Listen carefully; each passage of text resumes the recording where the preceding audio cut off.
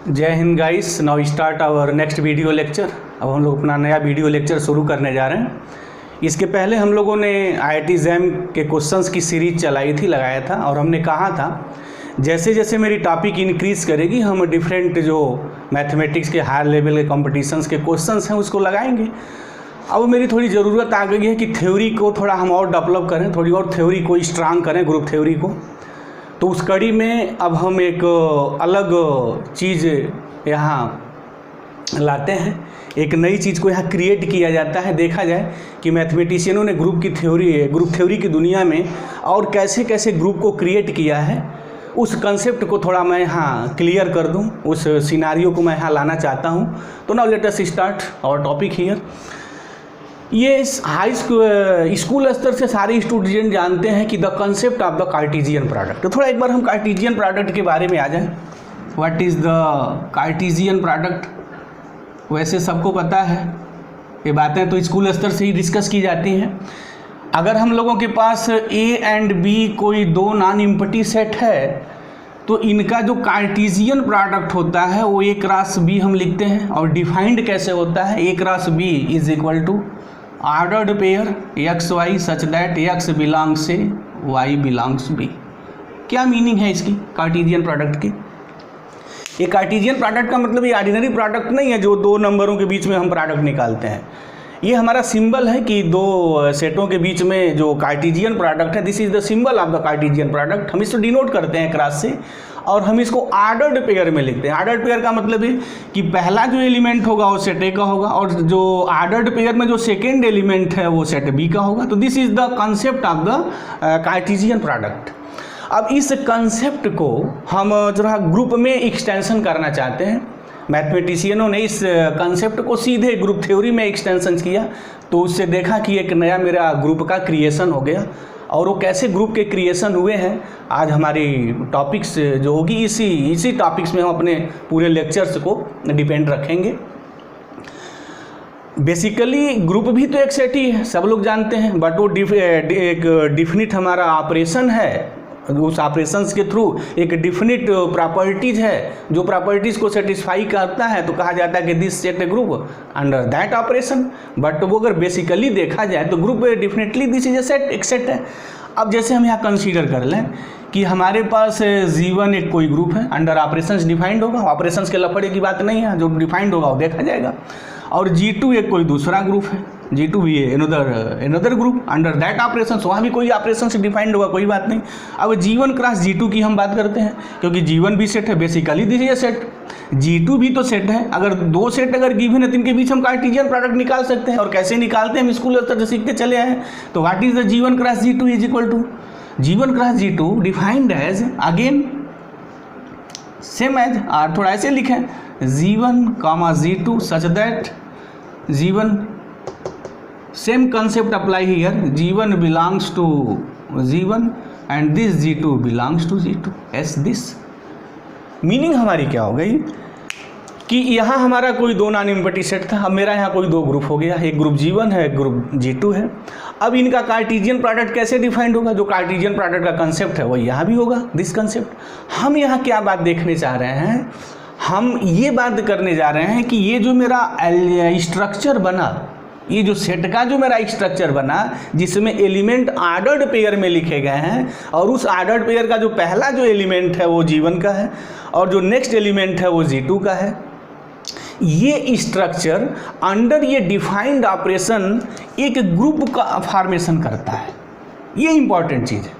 Group theory की दुनिया में ये जो दो ग्रुपों का जो कार्टेशियन जो प्रोडक्ट है वो एक डिफाइंड ऑपरेशंस के थ्रू, अभी उस ऑपरेशंस की हम यहाँ बात करेंगे, एक ग्रुप का निर्माण करता है। यानी this structure is a group. और इस प्रोडक्ट को ग्रुप की दुनिया में हम लोग एक नाम देते हैं, नया नाम क्रिएट करते हैं और उस नाम को कहा जाता है डायरेक्ट प्रोडक्ट। Direct product. तो अब मेरी ये थ्योरी खड़ी हो गई और इस डायरेक्ट प्रोडक्ट को हम लोग external direct product of the group कहते हैं। तो अगर यही बात है, अगर यही कंसेप्ट है, तो इसकी डिफिनीशन क्या हो जाएगी? थोड़ी डिफिनीशंस का हम यहाँ पोस्टमार्टम करते हैं, क्योंकि जब हम क्वेश्चंस लगाएंगे तो बार बार बात कहते रहे हैं कि जितने भी क्वेश्चंस हैं, और लगाए भी हैं, हम बहुत सारे नेट के क्वेश्चंस लगाए, IIT एग्जाम के लगाए हैं, अभी और भी बहुत सारे हम लोग सीरीज ही चलाएंगे हाई लेवल मैथमेटिक कॉम्पिटिशन के क्वेश्चंस को। तो उसमें बार बार हमें चीज़ दिखाते रहते हैं कि थ्योरी का कितना ज़बरदस्त इंपॉर्टेंट रोल प्ले हो रहा है। इसलिए हम सबसे पहले थ्योरी के कंसेप्ट को थोड़ा पूरा क्लियर कर दें। तो what is the direct product? Let G1 and G2 are two groups। अब मैं यहाँ ऑपरेशंस नहीं लिख रहा हूँ, वाई ऑपरेशन, क्योंकि ऑपरेशन तो डिफाइंड होगा कि अगर ग्रुप है तो वहाँ तो ऑपरेशन होगा डेफिनेटली, बिना ऑपरेशन से ग्रुप की तो कल्पना नहीं की जा सकती है। तो G1 जो ग्रुप होगा डेफिनेटली कोई ऑपरेशन होगा, G2 भी जो मेरा ग्रुप है डेफिनेटली कोई ऑपरेशन के थ्रू होगा, और वो 4 प्रॉपर्टीज होल्ड करते होंगे। कौन कौन प्रॉपर्टी है? पहली क्लोजर है, एसोसिएटिव है, existence of identity and existence of inverse है। तो ये बातें G1 एंड G2 में होंगी। तो let G1 and G2 are two groups, then external direct product of G1 and G2 be denoted by G1 cross G2, और सम authors ऐसे भी लिखते हैं, ये भी सिंबल यूज करते हैं एक्सटर्नल डायरेक्ट प्रोडक्ट के लिए। बहरहाल हमारी आदत ये लिखने की रही है तो मैं ये यूज करता हूँ इस प्रॉपर्टी को, क्योंकि एक्चुअल में जो यहाँ प्रोडक्ट लिखा गया है वो तो यही है। तो this is the symbol of the Cartesian product. तो यहाँ सेट के बीच कार्टेशियन प्रोडक्ट को डिफाइंड किया गया था, नया क्रिएशन एक वहाँ हुआ था स्कूल स्तर पे। तो यहाँ ग्रुप की दुनिया में ये जो क्रिएशन है एक्चुअल में है तो कार्टेशियन प्रोडक्ट। तो उस कंसेप्ट को ध्यान में रखते हुए, उस बेस को ध्यान में रखते हुए मैं जो सिंबल यूज करता हूँ, ये सिंबल यूज करता हूँ, इसको मैं यूज नहीं करता हूँ। बहरहाल कोई इसको भी यूज करे, कोई फर्क नहीं पड़ता है। As denoted by this and it is defined as defined as G1 cross G2 is equal to XY। मैं ऐसे थोड़ा लिखूं सच दैट, बात कुछ नहीं, कोई एलिमेंट लिखे, XY लिखे, ये भी लिखे, G1 G2 लिखे, क्या फ़र्क पड़ता है। बट अब हम बाय डिफिनीशंस क्या होगी, जो फर्स्ट एलिमेंट होगा X वो G1 का होगा, और जो सेकेंड एलिमेंट है ऑर्डर्ड पेयर का मीनिंग Y, ये हमारा जो है G2 का होगा, ये होगा। अब इसमें ऑपरेशंस कैसे डिफाइंड करेंगे, हम उसकी बात यहाँ थोड़ा करने जा रहे हैं। Now how can you define the operations between elements of the G1 cross G2। अगर हम कोई भी 2 एलिमेंट इसका पिकअप कर लें तो कोई भी 2 एलिमेंट कैसे होगा, लेट ऑर्डर पेयर लिखेंगे, X1 Y1 X2 Y2 belongs G1 cross G2। तो इसकी मीनिंग ये होगी कि जो ऑर्डर्ड पेयर के जो फर्स्ट एलिमेंट होंगे वो G1 के मेंबर होंगे, और ऑर्डर्ड पेयर के जो सेकेंड एलिमेंट होंगे वो दूसरे ग्रुप के होंगे, G2 के होंगे। अब इनके बीच जो ऑपरेशन होगा अंडर दिस X2 Y2, अच्छा अब यहाँ जनरली हम प्रोडक्ट बोलेंगे, बट यहाँ प्रोडक्ट नहीं है, ये नहीं मीनिंग कि ये प्रोडक्ट है। जो ग्रुप में ऑपरेशन से डिफाइंड होगा उसकी यहाँ बात की जाएगी, is equal to X1 X2 comma Y1 Y2।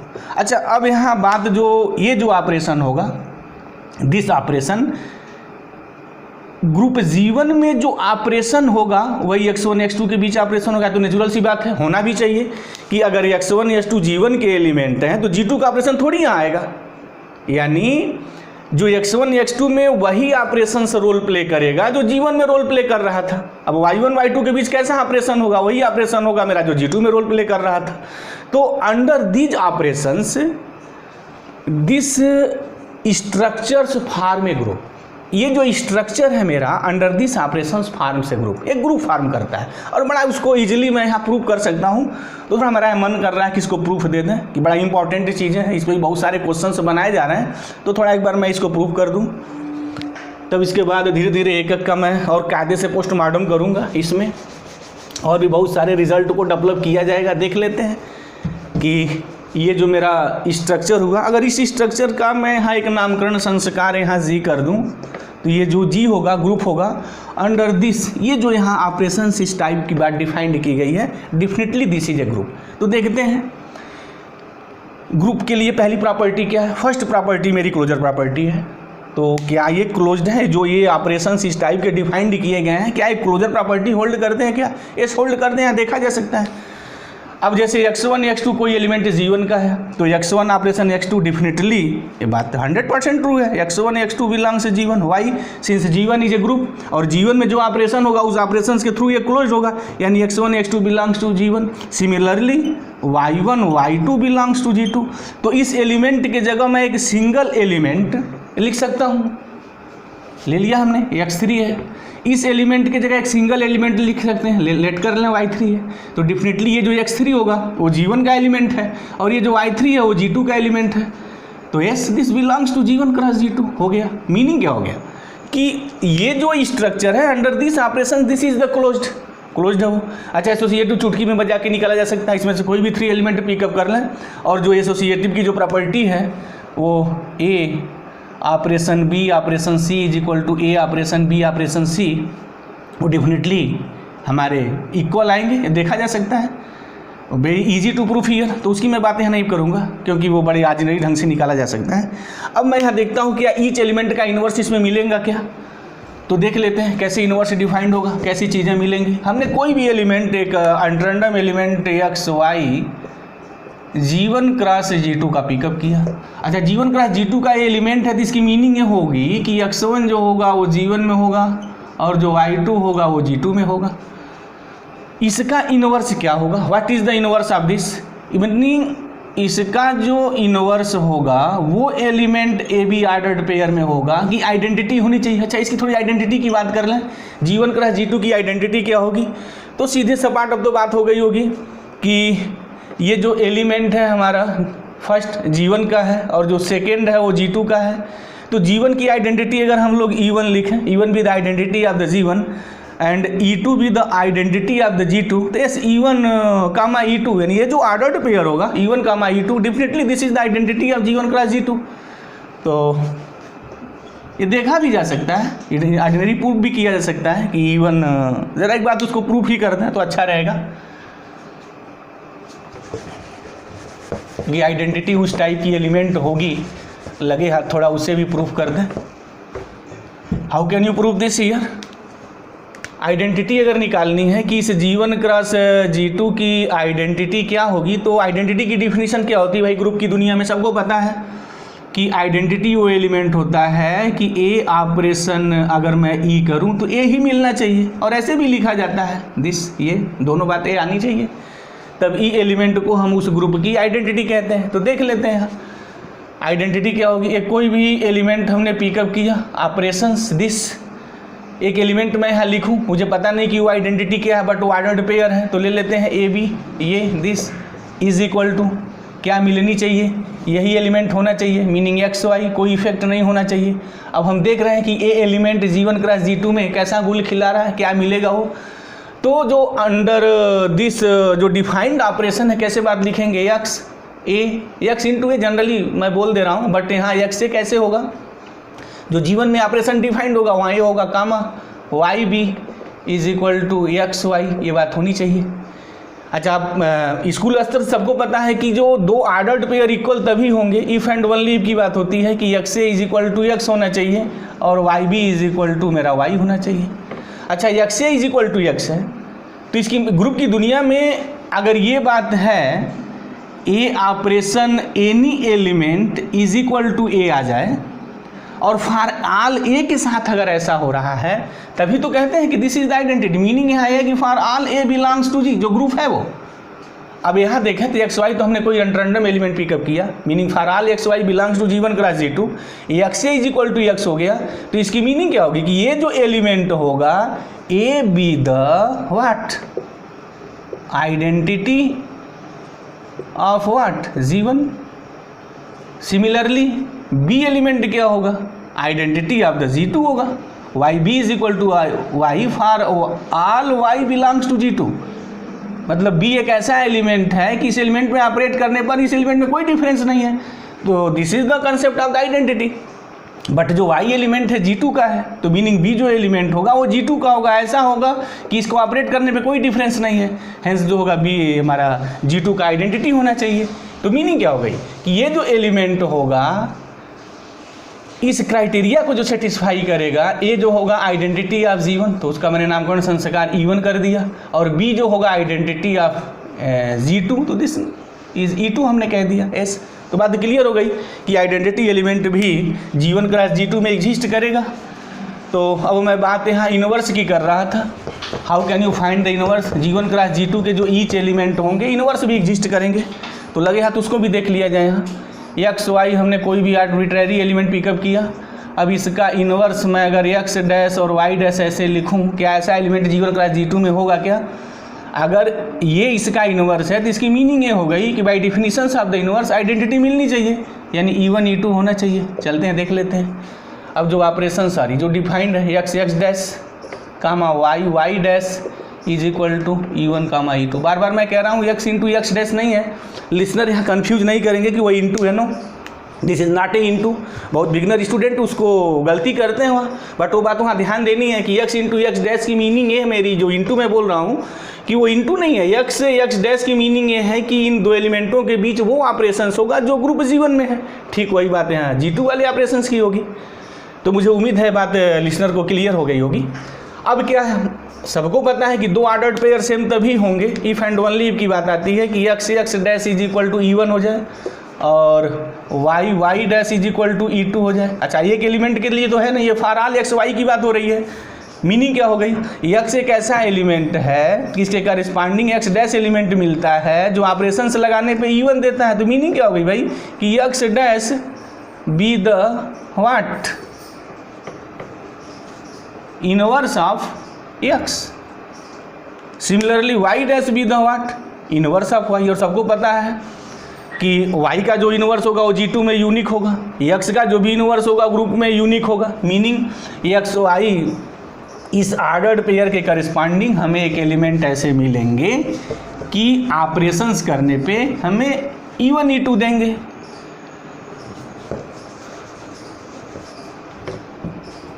और उस इनवर्स को जनरली मैं कैसे लिखता हूँ, एक्स वाई ऑपरेशन, ये एक्स इनवर्स लिखने की प्रॉपर्टी है, वाई इनवर्स। अगर ये अंडर एडिशन होगा तो पता है वो -x हो जाएगा, ऑर्डिनरी जो नंबर सिस्टम में बात चलेगी दिस होगा, एग्जिस्ट करेगा। अच्छा, इनवर्स निकालेंगे कैसे, थोड़ा ये भी बात कर दें कि अगर मैं कोई एलिमेंट एक्स वाई लिखा हूँ, दिस एक्स वाई, और इसका इनवर्स अगर निकालना है तो this is equal to x inverse y inverse.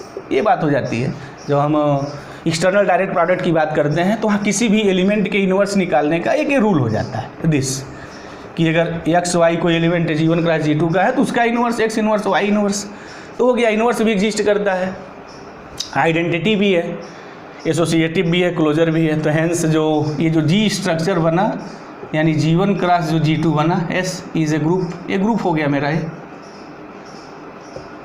अच्छा, जो कार्टेशियन जो प्रोडक्ट मेरा ग्रुप बना है जिसका हम लोगों ने मैथमेटिक्स वालों ने नामकरण संस्कार एक्सटर्नल डायरेक्ट प्रोडक्ट का किया है, इससे हम लोग क्या करते हैं, क्या एक नई चीज़ क्रिएट होती है इस ग्रुप थ्योरी की दुनिया में, क्या चीज़ डेवलप होती है, थोड़ा उस पर हम बात कर लें। एक्चुअल में जो ये एक्सटर्नल डायरेक्ट प्रोडक्ट है ना, ये ग्रुप के स्ट्रक्चर्स को और लार्ज करता है। लार्ज इन द सेंस है कि अगर मैं कोई ग्रुप ले लूँ, उसका कुछ मैं आर्डर ले लूँ, और उससे बड़ा आर्डर अगर मुझे क्रिएट करना है, ग्रुप बनाना है, तो इस एक्सटर्नल डायरेक्ट प्रोडक्ट के कंसेप्ट से मैं जो है उससे बड़ा ग्रुप क्रिएट कर सकता हूँ। कैसे क्रिएट कर सकता हूँ, जरा एक एग्जांपल अगर हम ले लें तो ये बात प्रूफ हो जाएगी ये। तो उसके लिए थोड़ा मैं एक स्कूल स्तर का एक रिजल्ट की वो मैं बात कर दूँ, तो सबको पता है कि अगर कोई सेट ए है इसकी कार्डिनलिटी m है, दूसरा सेट कोई भी है जिसकी कार्डिनलिटी m है, तो सबको पता है A क्रॉस B जो कार्टेशियन जो प्रोडक्ट है इसकी कार्डिनलिटी m होती है। यस, ये तो कंसेप्ट सबको पता है। अच्छा, अब मैं जो यहाँ एक्सटर्नल डायरेक्ट प्रोडक्ट में दो ग्रुप का लिखा हूँ वो भी तो कार्टेशियन प्रोडक्ट ही है, तो इसमें नंबर कैसे निकालेंगे, बाय दिस मेथड। तो अगर कोई ग्रुप मेरे पास है जिसका आर्डर m है, या कार्डिनलिटी बात तो एक ही होती है, और दूसरा ग्रुप मेरा कोई G2 है जिसका आर्डर m है, तो G1 क्रॉस G2 का जो आर्डर होगा बाय दिस कंसेप्ट mn होगा। क्या मतलब हुआ भाई कि हम ग्रुप के स्ट्रक्चर्स को है जो है बढ़ा सकते हैं। मतलब ग्रुप के आर्डर्स को बढ़ा सकते हैं। तो इस एक्सटर्नल डायरेक्ट प्रोडक्ट से हम लोग नए नए ग्रुप को क्रिएट करते हैं, नए नए ग्रुप को बनाते हैं। तो ये बड़ी इंपॉर्टेंट चीज़ है। हम किसी भी आर्डर का ग्रुप क्रिएट कर सकते हैं, उसे बड़ा से बड़ा बना सकते हैं, और हम लोग कुछ बनाएंगे भी तो उस चीज़ को दिखाएंगे कैसे कैसे हम लोग ग्रुप क्रिएट करते हैं, कैसे कैसे ग्रुप क्रिएट करके ग्रुप बनाए जाते हैं। तो बड़े अच्छे ढंग से ग्रुप थ्योरी के साथ हम लोग गेम खेल सकते हैं। एक्सटर्नल डायरेक्ट प्रोडक्ट में भी गेम हम लोग शुरू कर सकते हैं, अच्छे ढंग से खेल सकते हैं।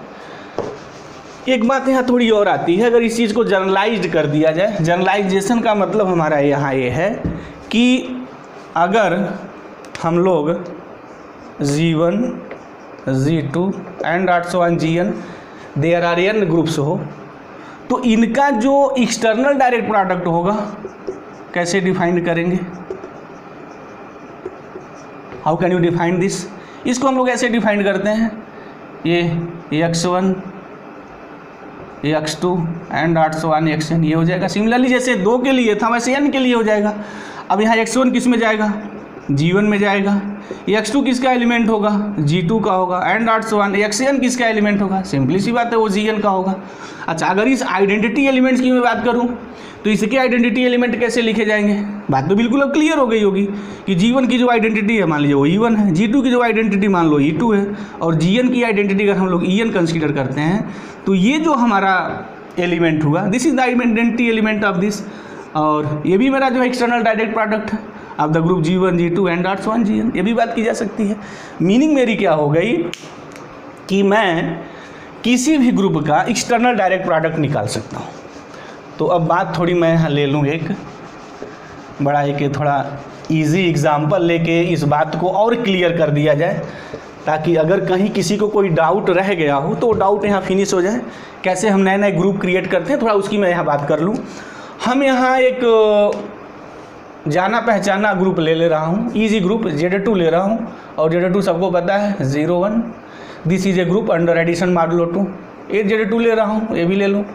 अच्छा, वहाँ एक्सटर्नल डायरेक्ट प्रोडक्ट की डिफिनीशंस में थोड़ी कहा गया है कि G1 and G2 are 2 distinct groups. ये बात नहीं कही गई है, डिफिनीशन में नहीं कही गई है।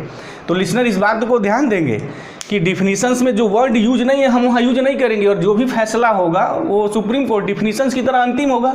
ये डिस्टिंक्ट भी हो सकते हैं, डिस्टिंक्ट नहीं भी हो सकते हैं, सेम भी हो सकते हैं। तो अगर सेम है, अगर G1 G2 सेम है, अगर ये कंसीडर कर लें ये G है, तो कैसे लिखेंगे? G क्रॉस G लिखेंगे। This is also external direct product, और ये स्ट्रक्चर्स भी मेरा ग्रुप बनेगा, क्योंकि जो हम डिफाइनेशन दिए हैं एक्सटर्नल डायरेक्ट प्रोडक्ट की, वहाँ G1 G2 और 2 ग्रुप्स की बात कही गई है, और वहाँ ये बात नहीं कही गई है दीज आर द डिस्टिंक्ट। वो डिस्टिंक्ट हो भी सकते हैं और डिस्टिंक्ट नहीं भी हो सकते हैं, सेम भी हो सकते हैं। तो ठीक है, हमने यहाँ 2 ग्रुप पिकअप कर लिया अंडर एडिशन मॉडुलो 2, सबको पता है। अगर मैं यहाँ Z2 क्रॉस Z2 लिखूँ तो कैसे होगा भाई? सबको पता है, ऑर्डर पेयर बनाना होगा। पहले यहाँ 0 ले लूँ तो 0 0 हो जाएगा, दिस 0 1, उसके बाद 1 ले लें, 1 0 1 1। इसमें how many number of the elements? 4 elements हैं। तो इसका जो ऑर्डर होगा Z2 क्रॉस Z2 का, दिस इज द 4 ईयर। अच्छा, ऑर्डिनरी देखा जा सकता है कि दिस इज ए ग्रुप। 0 0 इसकी आइडेंटिटी है, क्योंकि 0 आइडेंटिटी इज Z2 की है और ये 0 आइडेंटिटी इज Z2 की है। अच्छा, इनवर्स भी हम लोग निकाल सकते हैं। How can you find the inverse?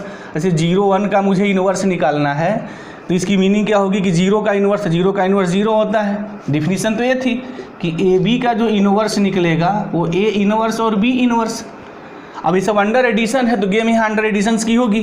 अब 0 का इनवर्स 0 है, बट 1 का इनवर्स क्या है? What is this is the -1। तो सबका है ना इनवर्स निकाला जा सकता है, और पता है -1 अंडर एडिशन मॉडुलो 2 वो 1 होता है। तो दिस इज द 0 1, मीनिंग जो इसका इनवर्स है खुद यही है मेरा, दिस इज द 0 1। इसी तरह से इसका भी इनवर्स निकाल सकते हैं, इसका भी इनवर्स निकाल सकते हैं। अच्छा, आर्डर भी हम लोग निकाल सकते हैं, ईच एलिमेंट का आर्डर भी निकाल सकते हैं। How can you find the order? अच्छा, अब इस 2 एलिमेंट के बीच में हम ऑपरेशंस कैसे लिखें, थोड़ा उसकी भी बात कर लें, ताकि जो लिसनर हो जहाँ कन्फ्यूजन में ना हो। जैसे कोई भी 2 एलिमेंट में पिकअप कर लूँ, 1 0 एक एलिमेंट पिकअप कर लिया और 1 1 पिकअप कर लिया, ये Z2 क्रॉस Z2 का है ये। अच्छा, जो फर्स्ट ऑर्डर है वो Z2 इस Z2 का होगा, और जो सेकेंड ऑर्डर यहाँ यूज किया गया है ये Z2 है, बट दोनों Z2 एक ही हैं, बट ऑर्डर पेयर में बात कहनी है तो ऐसे की जाती है। अब अगर इनके बीच में मैं ऑपरेशंस की बात करूं, दिस ऑपरेशन मल्टीप्लिकेशंस नहीं है, बहुत लोग इस ऑपरेशंस को ऐसे भी यूज करते हैं, हम ऐसे ही रहने देते हैं, कोई फर्क नहीं पड़ता है। बट अब जब इन एलिमेंटों के बीच जब ऑपरेशन चलेगा, जिसको हम लोग कंपोनेंट वाइज भी कहते हैं, कि वो जो ऑर्डर पेयर में जो कंपोनेंट है, कंपोनेंट वाइज उसका एडिशन और मल्टीप्लिकेशन चलता है।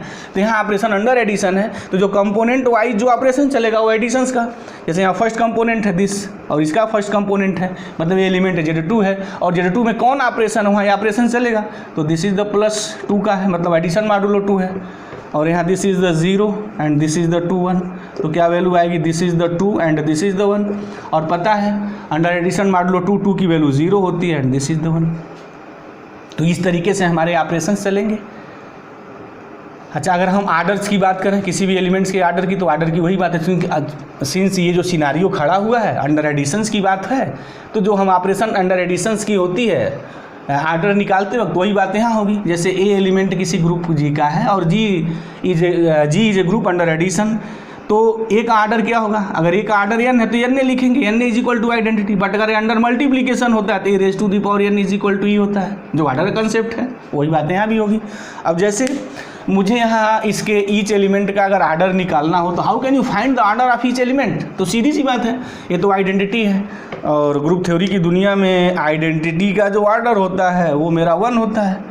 अच्छा, अब 0 1 का आर्डर क्या होगा, अब 0 1 हम कितने numbers of the times add करें, इसी एलिमेंट को कितने numbers of the time add करें कि ये आइडेंटिटी आ जाए, तो बिल्कुल पता है, अगर 2 टाइम्स मैं ऐड कर दूँ मतलब ये 0 0 ऐसे, तो this is the 0 + 0 1 + 1, meaning this is the 0 and this is the 2, और इस 2 की महिमा अंडर एडिशन मॉडुलो 2 तो 0 होती है, तो इसकी मीनिंग हो गई इसका आर्डर कितना होगा, ऐसे हम लिखेंगे दिस इज़ द 0 0, मीनिंग ये हो गई कि जो आर्डर ऑफ 0 1 होगा वो भी 2 होगा। अच्छा, उसी तरीके से भी निकाल सकते हैं, अगर इसको मैं 2 टाइम्स ऐड करूँ तो 0 0 आएगा, तो इसका भी आर्डर 2 होगा। इसको भी अगर मैं 2 टाइम्स ऐड कर दूँ इस एलिमेंट को, जैसे 2 टाइम्स 1 1, इस 1 1 को 2 टाइम्स ऐड किया जाए तो ये 2 2 आएगा, और डिफिनेटली दिस इज अगेन 0 0। इसकी मीनिंग ये हो गई कि आर्डर ऑफ जो 1 1 है वो भी मेरा 2 है, तो इसका भी आर्डर 2, इसका भी आर्डर 2, इसका भी आर्डर 2, तो इसके 3 एलिमेंट्स के आर्डर 2 हैं, और आइडेंटिटी एक एलिमेंट है जिसका आर्डर 1 होता है। एक लगे हाथ और भी मैं बात यहाँ कर दूँ, Z2 यहाँ साइक्लिक ग्रुप है, और again this is a cyclic group, but जो external product of 2 cyclic group need not be a cyclic. अब एक बड़ा इंपॉर्टेंट यहाँ रिजल्ट बन के क्रिएट होके आ गया कि अगर मेरे 2 साइक्लिक ग्रुप हैं तो एक्सटर्नल डायरेक्ट प्रोडक्ट जो एक ग्रुप क्रिएट करेगा ये ज़रूरी नहीं है कि वो साइक्लिक हो जाए। This is the counter example and this is the very important example, क्योंकि जब हम क्वेश्चंस लगाएंगे तो बहुत सारी ये बातें आती हैं, वहाँ काउंटर एग्जाम्पल्स की बातें खड़ी की जाती हैं।